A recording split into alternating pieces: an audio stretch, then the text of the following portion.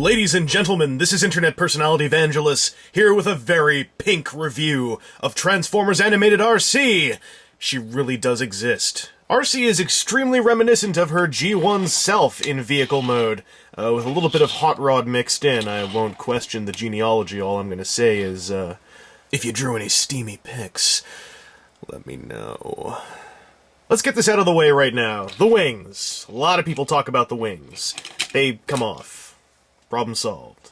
I actually like them on the vehicle mode, but without them she has a very, kind of more compact look. Although, the wings help distract from something, which I can only really call the peekaboo factor, whereby, if you look at her from certain angles, you can see her watching you through her hands. These wings, they go on and off very easily, and it's very much by design. The best analog I can make for them, and the reason why I was kind of confused about how much discussion has gone into them, is that they are basically the boosters from Bumblebee. A wholly ignorable, wholly removable accessory that has no real impact on the toy. Outside of those, her car's form factor, albeit a nice form factor, is really meant to be seen from certain angles. Aside from the peekaboo factor, there's also a bit of bittiness here. Like these bits don't really cover up the gap there, and it looks a bit odd. So just try to look at her from the right angles, and you'll be all set. And don't look at her from down here. Oh, also, as many have pointed out, Arcee is such an excellent design that she can even fit right in with your G1 collection. Maybe it's not the vehicle mode. Let's transform her. Arcee's transformation is a delightful combination of intricate engineering with supremely simple execution, a hallmark of Animated's mainline that makes a welcome encore appearance after the intricacies of Revenge of the Fallen. Marred only by some asymmetrical tolerances on her shin-locking tabs, everything happens smoothly, swiftly, and cleanly, right down to the payoff of the alt mode's peekaboo factor, a fairly epic head reveal.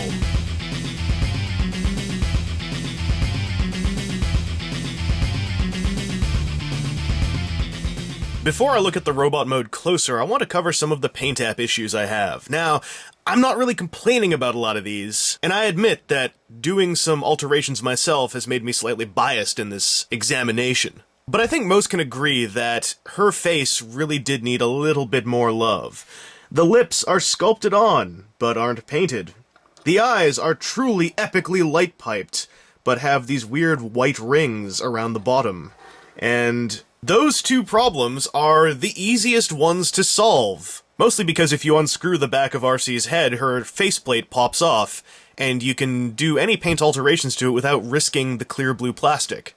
And when you do that, it really looks a lot better. For the eyes, all you need is a bit of black paint, a paintbrush, or maybe even just a black Gundam marker, maybe even just a Sharpie. Because when you have the faceplate off, it's really easy to get at those ridges under the eyes. Just give them a little bit of a lining in black.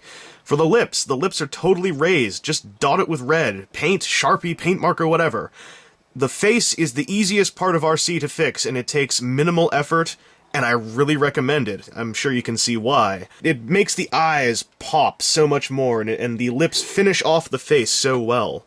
There were a few other alterations I did that I'd like to mention. I painted the fingers white and gave them a black lining. This is, again, very easy to do with a paintbrush and some white paint, or a Gundam marker or something. It makes things just a little bit more punctuated. If you look at Arcee's neck, her white collar ends a little bit early, and her neck is pink. So what I did was I finished off the collar and painted the neck black. Again, I felt that this kind of got rid of the sea of pink effect. Repainting Arcee in those ways took me maybe an hour tops, because I did them really slowly, because I am a noob. Use acrylics. That's my recommendation.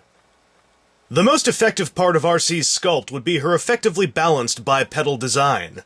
Aside from her back pods, there is little alt mode excess to mess with her overall well-done proportions. Alright, so one thing does mess with the lines a little bit, and it's those wings. But they don't really bother me too much, because to me they look like an add-on rocket pack that she uses to boost in through a window, or get some extra airtime in alt mode so she can, like, burst through the wall of a flying fortress, katanas at ready. Basically, they're these. And, like these, the problem is solved instantly. But what else is that protruding from her back, you ask, demanding your G1 accuracy? Because let me tell you, she sure fits in with G1. What? These are her accessories, her energy swords. They're a little bit finicky to get in and out, but once you get the trick of kind of wiggling them in, twisting them slightly, but not too much, because these are toothpicks. Getting them in and out's not all that hard. Now, getting them into her hands is another story, and as you can probably tell by the somewhat chipped white paint job on her fingers, it's a bit of a tight fit. Now, here's the thing. Don't front load them. Don't try to push them in like this, because that won't work. What you want to do here is put them on top, then twist them ever so slightly, and then, boom, they're in. Her posability, especially with these swords, was a bit of a nice surprise for a lot of folks. Her arms are extremely, extremely posable on a deluxe level. It's mostly ball joints, so perhaps, you know, with friction being the main key as to what makes them posable, it'll run out eventually. But as it is, having a ball-jointed elbow and a wrist swivel at the top of the forearm, thus being a forearm swivel, is really helpful to her posability. She's also got animated Jazz's mid-chest waist joint, or I guess a mid-chest joint. Who is messing with my teleprompter?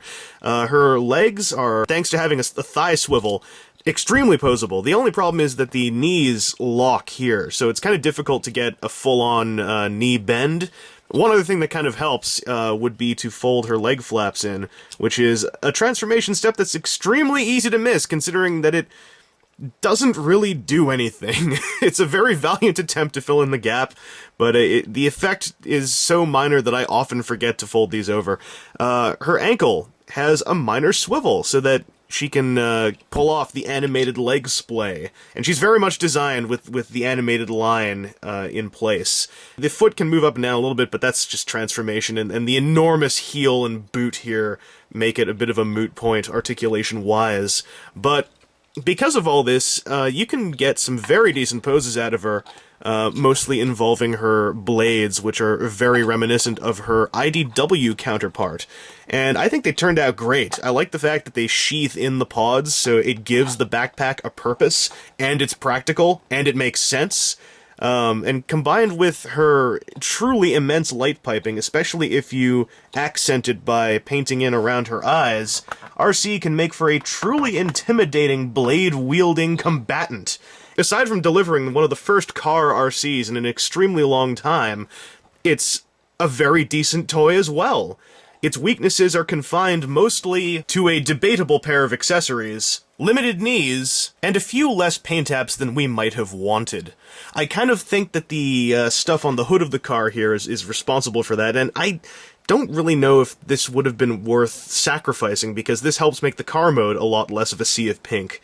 And as I said, doing minor repaints to Arcee is extremely easy, and I really recommend you guys do them if you can, because it turns out wonderfully. Oh, there's a little minor problem in that she still has movie Autobot symbols, you know, they're silver, her tramp stamp over here is silvery white. Given the cartoony nature of the designs and the paint apps, I felt that a slight bit of subtlety in the logos helped be less distracting.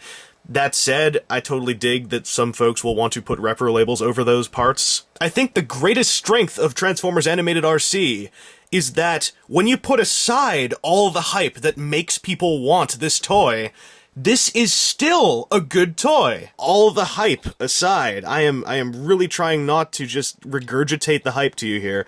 This is an extremely excellent deluxe price point Transformer, and well worth the 10 to 15 bucks. So I extremely, extremely recommend getting a hold of this toy somehow, hopefully without paying too much of a premium in order to enjoy it. Anyway, this has been Internet Personality Vangelus with a review of Transformers Animated Arcee. I hope it satisfied to some degree, and I hope it informed to some degree. I hope you guys have a go at doing the minor paint touch-ups that I've pointed out. And I really hope you pick up an Arcee somehow. I hope that the chance presents itself, because while she does an excellent job of finishing off a lovely Season 3 of G1 crew, Arcee also finishes off a truly touching little story from a truly lovely little show. Anyway, have a good night, everybody.